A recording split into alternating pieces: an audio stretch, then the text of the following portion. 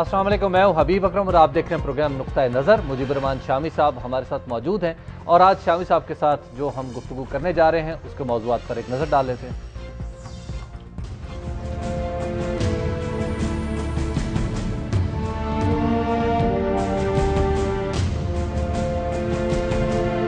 متحدہ قومی موومنٹ اور سندھ حکومت آمنے سامنے، قانون نافذ کرانے والے ادارے ہمیں نشانہ بنا رہے ہیں، ایم کیو ایم کا دعویٰ۔ سیاسی دباؤ کو خاطر میں نہ لائیں، وزیر اعلیٰ سندھ کی پولیس اور دیگر اداروں کو ہدایت۔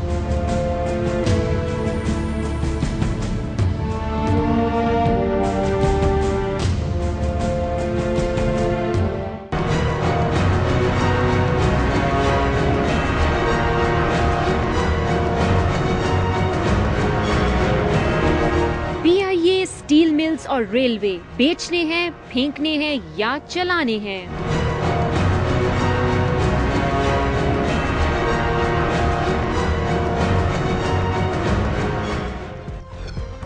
نقطہ نظر میں ایک بار پھر خوش آمدید۔ آج ایک خبر ان میں شامل نہیں ہے جو ہم ڈسکس کرنے جا رہے ہیں شامی صاحب کے ساتھ، اور وہ خبر بھی نہیں ہے بلکہ ایک مضمون ہے جو پاکستان پیپلز پارٹی کے چیئرپرسن جناب بلاول بھٹو زرداری صاحب نے اپنے والد موصوف کی خدمت میں پیش کیا۔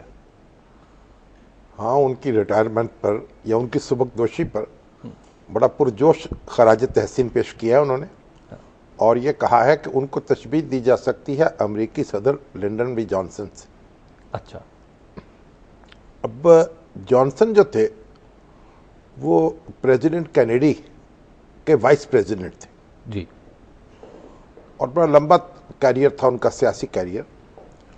وہ ٹیچنگ سے بھی وابستہ رہے، سیاست میں بھی آئے، بڑے انتھک آدمی سمجھے جاتے تھے، اور کینڈیڈیٹ تھے، پریزیڈینشل کینڈیڈیٹ کینیڈی کے مقابلے میں۔ اچھا، جب وہ کینڈیڈیچر نہیں مل سکا تو پھر کینیڈی نے سمجھا کہ ان کو اپنے ساتھ رکھ لیں۔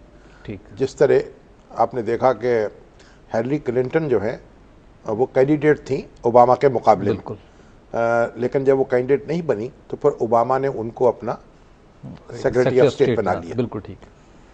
تو پریزیڈنٹ کینیڈی نے ان کو آفر کیا کہ آپ میرے ساتھ وائس پریزیڈنٹ کے عہدے پر آ جائیں، اچھا، تو وہ وائس پریزیڈنشل کینڈیڈیٹ ہو گئے۔ اور پھر جب کینیڈی کا قتل ہوا تو اس کی جگہ انہوں نے صدارت سنبھالی۔ ٹھیک، تو ان میں ایک قدر مشترک یہی ہے کہ ان کے پاس قیادت آئی تھی ایک حادثے کے ذریعے، ایک حادثے کے ذریعے سے اور ہلاکت کے ذریعے سے۔ ٹھیک، جس طرح آصف علی زرداری صاحب کے پاس جو پیپلز پارٹی کی قیادت آئی ہے اور سیاست آئی ہے، جی، وہ محترمہ بے نظیر بھٹو کی شہادت کے بعد آئی۔ بالکل، تو آپ یہ تو کہہ سکتے ہیں کہ لنڈن بی جانسن سے ان کا اس لحاظ سے موازنہ کیا جا سکتا ہے کہ وہ بھی صدر بنے ایک حادثے کے نتیجے میں اور وہ بھی صدر بنے ایک حادثے کے نتیجے میں۔ ٹھیک، اچھا، اب جانسن کا بڑا ایک عجب معاملہ ہے۔ کچھ عرصہ تو انہوں نے کینیڈی صاحب کی جانشینی میں صدارت کی، اچھا، اس کے بعد وہ اپنے کھڑے ہو گئے الیکشن میں اور منتخب ہوئے۔ تو جب 6.5 سال وہ صدر رہ چکے تھے، لیکن کانسٹیٹیوشنلی وہ صرف ایک ٹرم کے صدر رہے تھے۔ ٹھیک، الیکٹ ایک بار ہوئے تھے بطور صدر، ٹھیک ہے، ایک بار الیکٹ ہوئے تھے، ہاں، اور امریکہ میں 2 بار کوئی صدر جو ہے ہاں، یعنی الیکٹ ہو سکتا ہے، ہاں، تیسری بار وہ کینڈیڈیٹ ہی نہیں بن سکتا۔ ٹھیک، تو یہ کہا گیا اب یہ جانسن صاحب جو ہیں یہ تو 2 ٹرم کے صدر رہ چکے ہیں، ایک آدھی صحیح ہاں، اور ایک پوری، لیکن پھر کہا نہیں جناب، یہ وہ کانسٹیٹیوشنل ٹرم نہیں تھی، یہ صرف ایک ٹرم کے صدر ہوئے ہیں۔ تو انہوں نے اپنے کینڈیڈیچر کا اعلان کیا، اچھا، لیکن وہ کینڈیڈیچر جو ہے وہ قبول نہیں ہو سکا۔ اچھا، اچھا، اچھا، ان کی پارٹی ہی نے ان کو پھر صدر نہیں بنایا، کینڈیڈیٹ نہیں بنایا۔ اچھا، تو یہ بھی ایک عجب اتفاق ہے اور بڑی دلچسپ اتفاق ہے، بلکہ امریکہ کی تاریخ میں ایسے اتفاق بہت کم ہوئے ہوں گے جب سٹنگ پریزیڈنٹ جو ہے اس کو ٹکٹ نہ ملے پارٹی کا، یا وہ پارٹی کا ٹکٹ حاصل نہ کر سکے اور وڈرا کر جائے۔ واہ، تو لنڈن بی جانسن جو تھے وہ وڈرا کر گئے، اور اس وقت اس الیکشن میں جو تھے ہمارے نکسن، جی جی، وہ نکسن مقابلے میں تھے،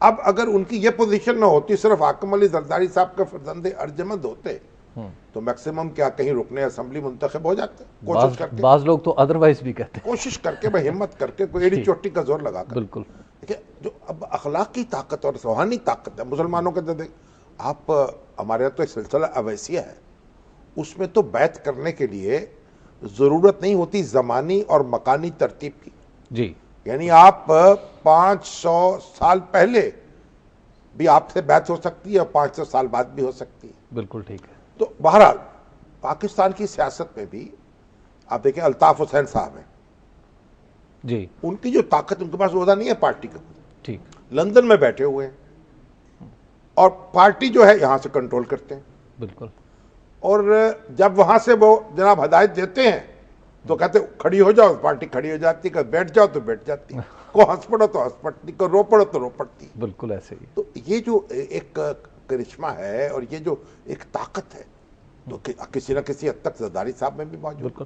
شامی صاحب، جو بلاول بھٹو زرداری صاحب ہیں، اس مضمون سے انہوں نے یہ بھی واضح نہیں کر دیا کہ ان کی سیاست بھی انہی خطوط پہ چلے گی جن پہ آصف علی زرداری صاحب کرتے رہے، کوئی ڈیفرنٹ لائن وہ نہیں لینے والے. اسی روایت پر آئیں گے. بہت سے لوگ کہتے تھے نا کہ بلاول بھٹو زرداری ناراض ہو گئے ہیں، وہ نہیں چاہتے، ان کی سیاست کا رنگ اور ہے، ان کا رنگ اور ہے. نہیں، رنگ وہی رنگ ہے جو رنگ ہے، جو آصف علی زرداری ان صاحب کا رنگ ہے. اور دیکھیں زرداری، انہوں نے کہا کہ دیکھیے زرداری صاحب وہ صدر ہیں یا وہ حکمران سمجھے یا وہ چلیے رہنما سمجھ لیجیے، ٹھیک، جنہوں نے نیٹو کی سپلائی بند کی، اچھا، جنہوں نے ایئر بیس جیسے شمسی اور جیکب آباد ان پہ تالے لگا دیے، ٹھیک ہے، امریکیوں سے واپس لے لیے. بالکل. اور جب سلالہ چیک پوسٹ پہ حملہ ہوا تو اس کے بعد انہوں نے کہا جب تک معافی نہیں مانگی جائے گی ریلیشن شپ بحال نہیں ہوگی.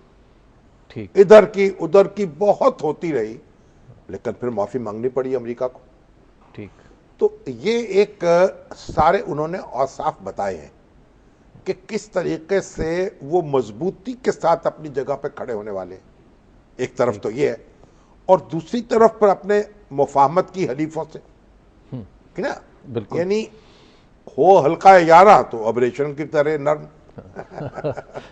اور فولادی بھی شخصیت ان کی ہو سکتی امریکہ کے مقابلے.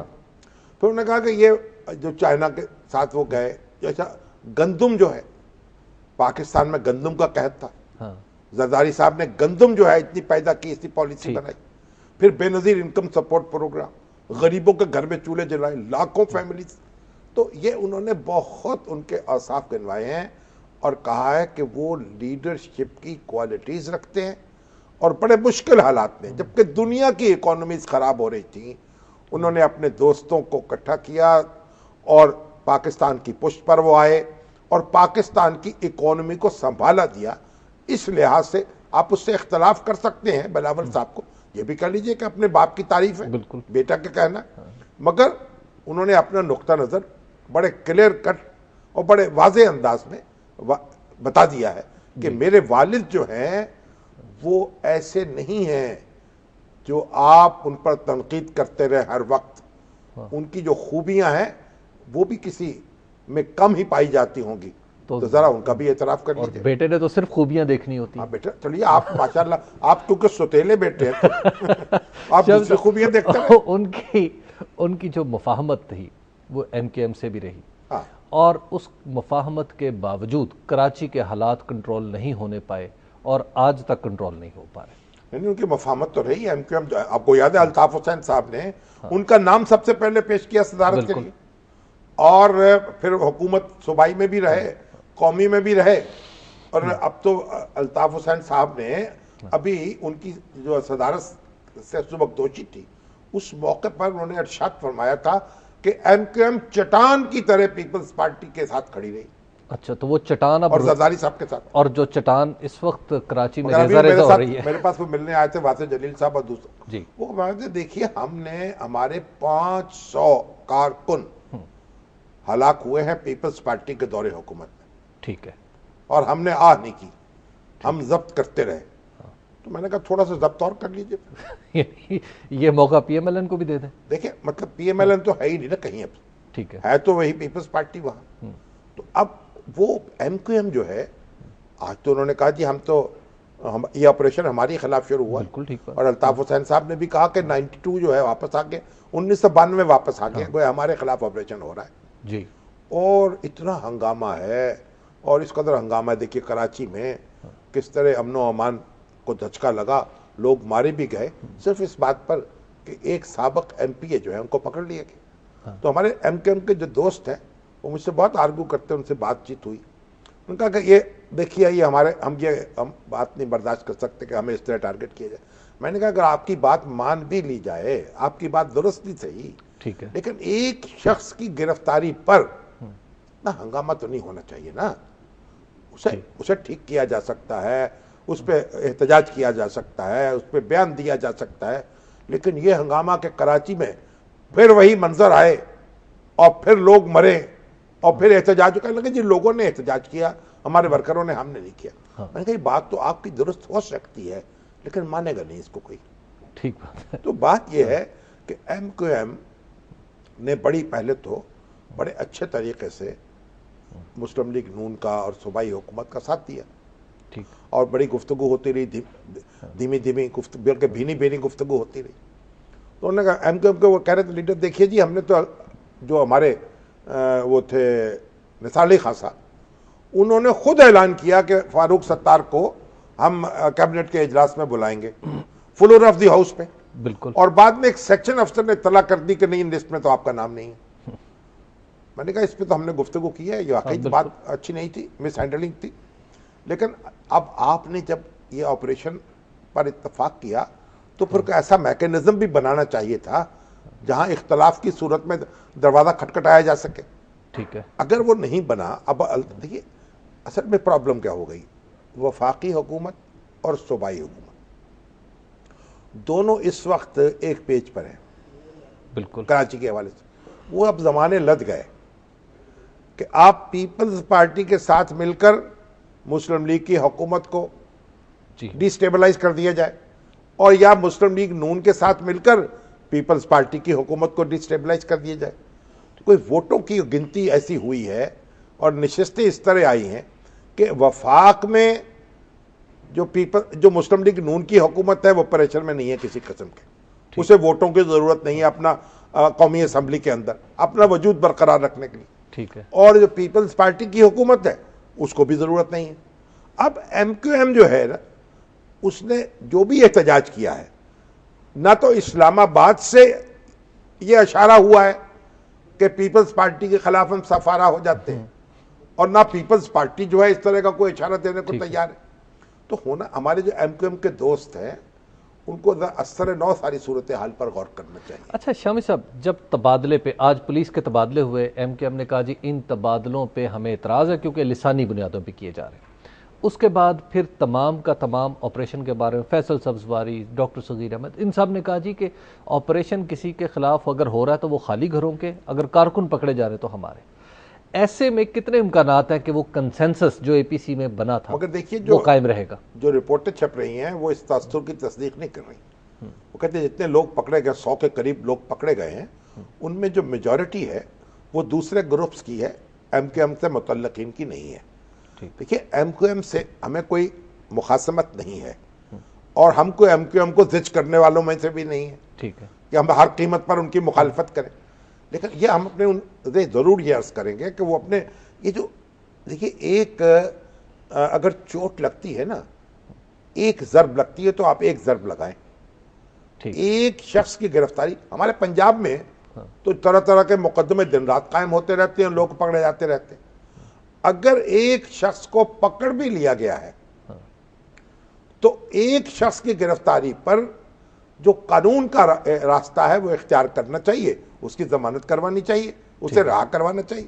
انہوں نے کہا جی اب ہم نے جو شور مچایا ہے تو اب یہ تو ہوا ہے کہ ریمانڈ ہو گیا ہے، اور پولیس اس طریقے سے ان سے اپنے مخصوص انداز میں ان سے کوئی انویسٹیگیٹ نہیں کر سکے گی. تو وہ آپ کو نظر آ رہا ہے کنسنسس قائم رہے گا ایم کیو ایم کا جو اس میں حصہ ہے؟ مجھے یہ نہیں معلوم ہے کہ ایک بات میں یہ عرض کروں کہ یہ جو صاحب پکڑے گئے ہیں ندیم ہاشمی صاحب، اب ان کے بارے میں طرح طرح کی کہانیاں ہیں، طرح طرح کی واردات کے بارے میں بہت سی باتیں وہاں سے کراچی والوں سے مجھے معلوم ہوئی.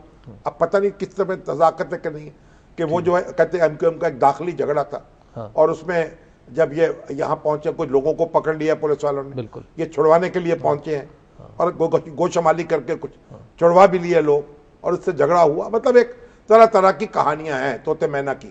اب کیا صداقت ہے کیا نہیں ہے, لیکن جو کچھ بھی ہو, جتنے بھی اہم آدمی کیوں نہ ہو اور ہاشمی صاحب کے سینے میں جتنے بھی راز کیوں نہ ہو, ان کی گرفتاری پر پورے کراچی کا امن تو تہوالہ نہیں کیا جا سکتا نا. ایک بریک کا وقت ہو گیا, بریک کے بعد ہم دوبارہ آپ کی خدمت میں حاضر ہوں گے اور گفتگو آگے بڑھائیں گے. آپ دیکھتے رہیے نقطہ نظر.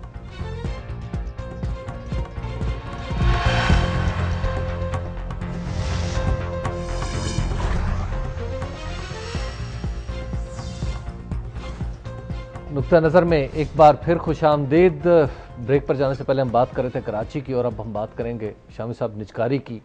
PIA کے بارے میں اب یہ تازہ ترین فیصلہ ہے کہ 26% شیئرز بیچ کے اس کی 26% جی اس کی انتظامیہ بھی جی اس کی انتظامیہ بھی کسی اور کے حوالے کر دی جائے. نہیں, بہت اچھا ہوا. اچھا دیکھیے جو ہمارا ٹریک ریکارڈ ہے, یہی PIA بہترین ادارہ تھی. دنیا بھر کی ایئر لائنز اسے رش کی نگاہ سے دیکھتی تھی اور PIA کے لوگوں نے یہ ہماری ایمریٹس جو ہیں اس کی بنیاد رکھی, اس میں کہ رول ادا کیا, سعودیہ کی ترقی میں کہ رول ادا کیا.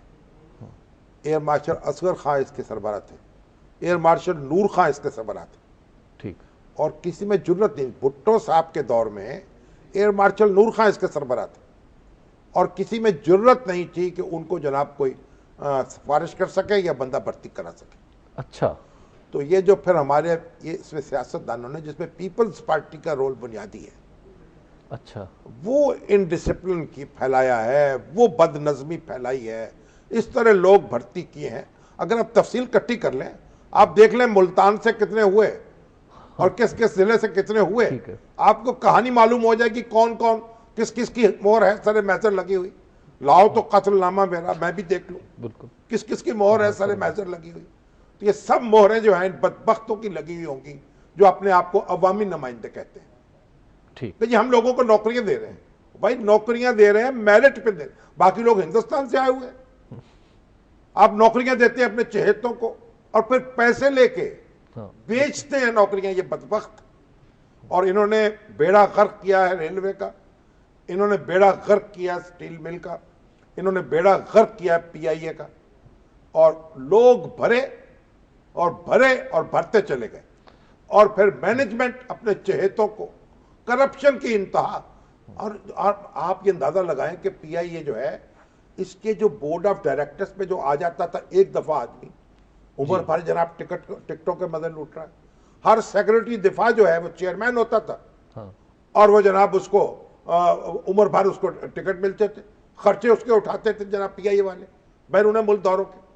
ابھی یہ PIA کے ایک صاحب جو تھے ایئر فورس سے آئے ہوئے تھے اور جناب اپنے بیٹے کی وہ کنووکیشن کے موقع پر گئے ہوئے جناب امریکہ, بالکل, اور PIA کے خرچے پر.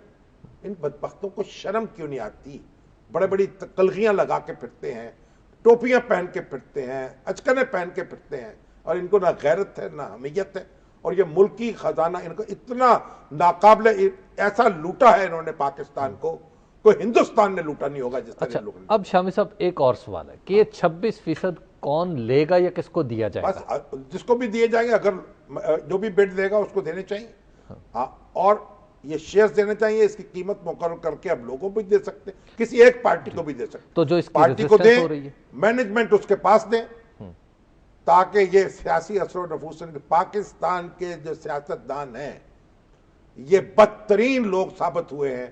انڈیا میں دیکھ لیں آپ, ابھی ایئر انڈیا چل رہی ہے, بالکل چل رہی ہے. آپ دیکھیں ریلوے چل رہی ہے, لالو پرساد وزیر تھا اور ریلوے جو تھی اسے ٹھیک کر کے چلائی ہے, پروفٹیبل ہے. اس وقت آپ دیکھیں ریلوے میں سفر کرنا انڈیا میں جا کے ایک عیاشی ہے, ایک تفریح ہے. راجدھانی ان کی ٹرین چلتی ہے, لوگ کہتے ہیں جہاں امرتسر سے دلی میں جائیں, وہاں دلی سے اجمیر میں جائیں, ٹرین پہ سفر کرنا. اور جس میرے لڑکپن کے اور جوانی کے زمانے میں ٹرین میں سفر کرنا بھی ایک فن تھا, ایوب کے دور میں بھی, اتنا کہ ضیاء الحق کے دور تک بھی, اور ہر چیز کو رسوا کر دیا ہے. اب یہ کم سے کم بات, اب وہ ہمارے شاہ صاحب خورشید شاہ وہ فرماتے ہیں ہم ان کی نجکاری نہیں ہونے دیں گے. اور وہ جناب جلوس نکال رہے مزدور جو ہیں, پیام یونین, کبھی دوسری یونین, کبھی ریلوے کی. او بدبخت بھائیو, کہاں تھے تم جب یہ لٹ رہی تھی ریلوے؟ لیکن شام صاحب اب ان کا روزگار ایٹ سٹیک ہے. روزگار ایٹ سٹیک تو کیوں چپ رہے؟ اس وقت کیوں نہیں احتجاج کیا؟ کون لائے؟ کہاں سے لائیں گے آپ پیسے؟ آپ دنیا جہان سے مانگ مانگ کے پیسے لائیں اور ان کے منہ میں ڈالیں. جب یہ کرپشن ہو رہی تھی, جب یہ سارا بربادی ہو رہی تھی, اس وقت کیوں خاموش تھے یہ لیڈر, بڑے بڑے مزدور لیڈر؟ اب یہ بہت اچھی بات ہے کہ مینجمنٹ اس کی دی جائے, اور اسی طرح سے سٹیل مل کے ساتھ ہونا چاہیے, اور اسی طریقے سے ہماری ریلوے کے تو ساتھ یہ ممکن نہیں ہوگا, شاید ریلوے کو خود ٹھیک کرنا پڑے گا. کر لیں گے, ہو سکتا ہے کرنا ہوگا. یہ خواجہ سعد رفیق صاحب لگے ہوئے ہیں, گفتگو تو بڑی لچھے دار کرتے ہیں, لیکن لچھا جو ہے وہ عمل کے میدان میں بھی تو آنا چاہیے نا. بالکل. اب لالو پرساد جو ہے وہ کر سکتا ہے تو یہ کیوں نہیں کر سکتا؟ ہاں, یہ ان سے کہیں بڑے آدمی. یہ فیصلہ بالکل ٹھیک ہے اور میں بڑا خوش ہوں اس پہ, اور جلد از جلد فیصلہ ہونا چاہیے. تو پھر مزدور جو ہے آئندہ احتجاج آپ کے خلاف نہیں کریں؟ مزدور کام کریں, نگرانی کریں اپنے اثاثوں کی, اپنے مستقبل کی, اپنی معیشت کی. ان کی جو نوکریوں کا تحفظ ہے, نوکریوں کا تحفظ تو ہو رہے گا ان کا. نوکری کا تحفظ ایک بےمانی چیز ہے, کہاں سے پیسے لا کے دیں ان کو؟ اگر یہ لوگ چوکس ہوتے ہیں لیڈر حضرات, یہ شریک ہو جاتے ہیں ساتھ چوری کھانے میں. اب چوری کھائیں گے تو پھر نتیجہ, جنہوں نے کھائیں گاجریں, پنجابی کا محاورہ ہے, ان کے پیٹ میں درد تو ہوگا. لیکن شامی صاحب, جب بھی پرائیویٹائزیشن کی طرف جاتے ہیں تو اس میں پھر بدعنوانی کے راستے کوئی بدعنوانی نہیں ہوتی. اوپن ٹینڈر ہونا چاہیے, آکشن ہونی چاہیے. یہ سب لوگ, یہ ویسٹڈ انٹرسٹ ہیں جو چاہتے ہیں ملک کا خزانہ لٹتا رہے, وہ طرح طرح کی کہانیاں بناتے ہیں. اوپن آکشن, کوئی جھگڑا نہیں. شامی صاحب, آج سوالات بہت سارے ہیں اور بہت دنوں سے ہم ذرا پینڈنگ کرتے ہیں. سوالات نہیں, وہ لارڈ نذیر صاحب آئے ہوئے تھے یہاں. اچھا, ان کے بارے میں کچھ گفتگو کرنی ہے. اچھا, وہ جو ان کی کتابیں جو لارڈ کے جو ممبر ہیں, جی جی, جناب لارڈ نذیر صاحب, جن کا چرچا ہے, 2 کتابوں کی تقریب ان کی ہوئی ہے, رونمائی. ان کی تقریریں جو ہیں وہ ہمارے برخوردار ہیں عمران چودھری, اور انہوں نے ترجمہ کروا کے ان کی کتابیں چھاپی ہیں. ان کی تقریریں, ایک تو ہے صداقت کی گونج, وہاں تو شہباز شریف صاحب وزیر اعلیٰ ان کے مہمان خصوصی, اور ایک طرح چودھری سرور صاحب نے آپ نے گرائی, ان کے گرائی ہیں نا وہ. اچھا, کیونکہ وہاں لندن میں تھے نا وہ بھی, اور وہ بھی لندن میں. اچھا, تو اب انہوں نے اپنے گرائی کے اعزاز میں بھی تقریب کی, اور وہاں ایک انداز بیاں اور وہاں بھی تقریب ہوئی. تو لارڈ نذیر جو ہیں, جو کہ ماشاءاللہ بڑے کلے ٹھلے کے جناب لارڈ ہیں, باقاعدہ سچ مچ کے لارڈ معلوم ہوتے ہیں, کیونکہ بولتے ہیں تو پر لگی لپٹی نہیں رکھتے, اور بالکل پاکستانی سیاستدانوں کی طرح بولتے ہیں, انگلستان میں رہ کر. کوئی پرواہ نہیں ہے, کوئی مقدمہ ہو جائے گا, کوئی جواب طلبی ہو جائے گی, کوئی بیان جاری ہو جائے گا, اور لیبر پارٹی سے بھی الجھ گئے, چھوڑ پڑے اس کو. تو اب یہ ماشاءاللہ پاکستان, انگلستان میں انہوں نے پاکستان کی سیاست کو زندہ کر رکھا ہے ماشاءاللہ, اور بڑے اچھے طریقے سے انہوں نے اپنی کتابوں کی تقریب ہوئی. اور شہباز شریف صاحب تو کہیں آتے جاتے نہیں تقریبوں میں اس طرح کی, لیکن بہرحال یہاں وہ ان کو بھی کھینچ کے لے آئے.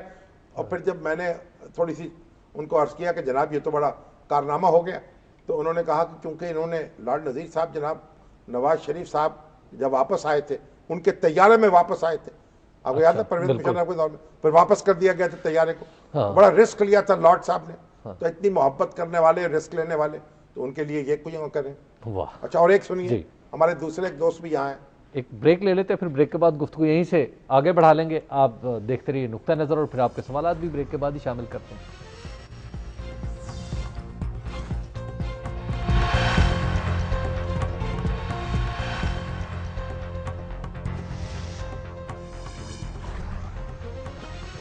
نقطہ نظر میں ایک بار پھر خوش آمدید. ذرا چلتے ہیں شام صاحب, سوالات کی طرف چلتے ہیں. میں عرض کرنا تھا کہ ہمارے ایک دوست اور ہیں ثاقب صاحب. اچھا, وہ بھی لندن سے آئے ہیں. اچھا, ان کا ٹرسٹ ہے الہجرہ ٹرسٹ, وہاں بھی سکول چلا رہے ہیں برمنگھم میں. اچھا, اور ایک سکول انہوں نے قائم کیا ہے زیارت میں, 4-5 سال ہو گئے اس کو کام فنکشنل ہے, بلکہ 5-6 سال ہو گئے. اور بلوچستان کے ہر ضلع سے 2 بچے منتخب کرتے ہیں.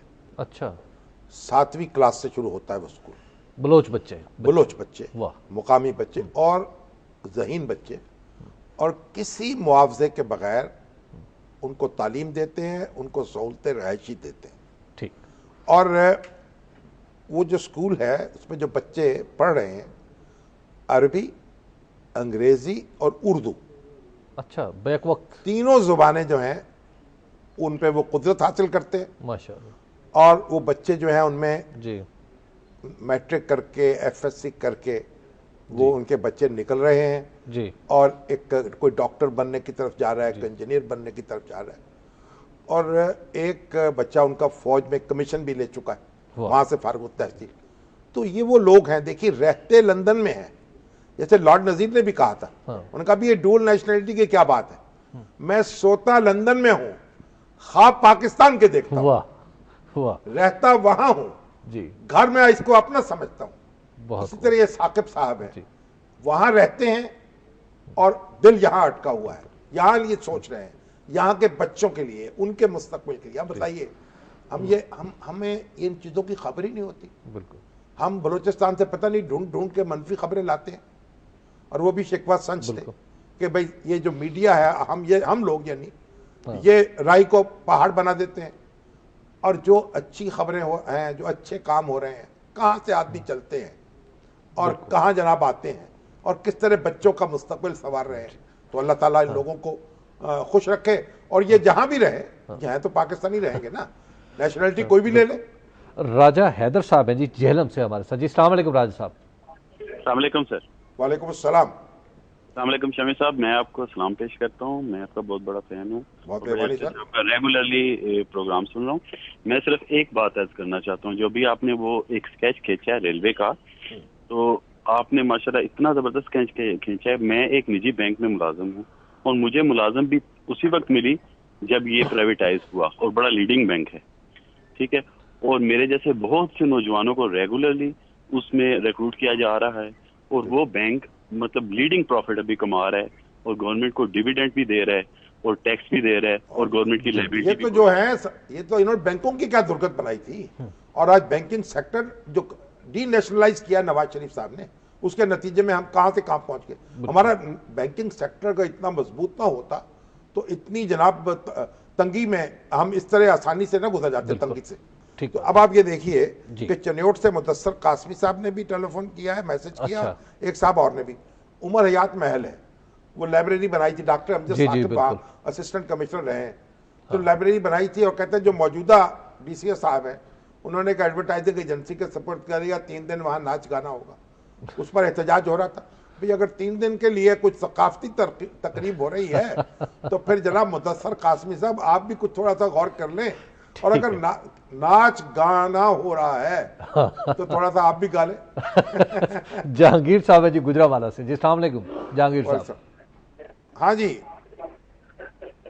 جہانگیر صاحب, آپ پہلے اپنے ٹی وی کی آواز بند کر لیں, اچھا اس کے بعد پھر آپ سے بھی گفتگو ہو جائے گی. میجر وسیم صاحب نے میسج کیا ہے کہ جو حج آپریشن ہوئے ہیں پچھلے 450 لوگ بھیجے گئے یہاں سے, ملتان سے اور اندرون سندھ سے. خورشید شاہ صاحب نے بھیجے ہیں, ان سے پہلے والوں نے بھیجے ہوں گے, اور وہ وہاں حج آپریشن کے لیے بھیجے, کوئی کام نہیں کیا انہوں نے, سوائے اس کے کہ بوجھ جو ہے ڈال دیا جائے پی آئی اے پر, ڈالر مل جاتے ہیں. یہ جو دیکھیے آپ, یہ تماشا جو ہے ان کے ذاتی کاروبار جو ہے نا, ان میں ایک آدمی آپ رکھوا کے دکھا دیں سفارش پر, میرا نام بدل دیجیے. نظر محمد صاحب ہیں جی سرگودا سے ہمارے ساتھ. جی السلام علیکم نظر صاحب. جی وعلیکم السلام جناب علی. سر میں یہ شامی صاحب سے ایک سوال کرنا چاہتا تھا. ضرور کریں جی. فرمائیں. سر یہ اتنا جو بیچارے زور لگا رہے ہیں, یہ سیاستدانوں کے پیچھے لگے ہوئے ہیں, ان میں کوئی میرا خیال ہے سیاستدان جو ہے نا, یہ ان کے اندر غیرت نہیں ہے, میرا تو خیال یہی ہے. اچھا چلو کوئی بات نہیں, آپ کا جو خیال ہے نا, ہر وہ شخص جو قومی خزانے کو لوٹتا ہے اس کا شمار جو ہے بے حمیت لوگوں میں ہوگا. جی شامی صاحب, یہ ہے جی ثقلین صاحب ہیں. ثقلین صاحب پوچھ رہے ہیں کہ شامی صاحب یہ جو شام پر حملہ کیا ہوتا نظر آ رہا ہے, یا اب مصیبت ٹل گئی ہے؟ آپ یہ شام میں رہ رہے ہیں؟ نہیں, یہ راول پنڈی میں رہ رہے ہیں. راول پنڈی میں رہ رہے ہیں, ہاں. تو اتنی زیادہ شام کی فکر نہ کرنی چاہیے, تو مجھے ہونی چاہیے. ان کو کیا ہے, بات یہ ہے کہ کچھ لگتا ہے کہ تھوڑے سے بریک لگی ہے. اچھا, لیکن یہ بریک جو شام کی حکومت ہے اس کے بھی لچھن تبدیل کرنے ہوں گے اس کو بھی اپنے.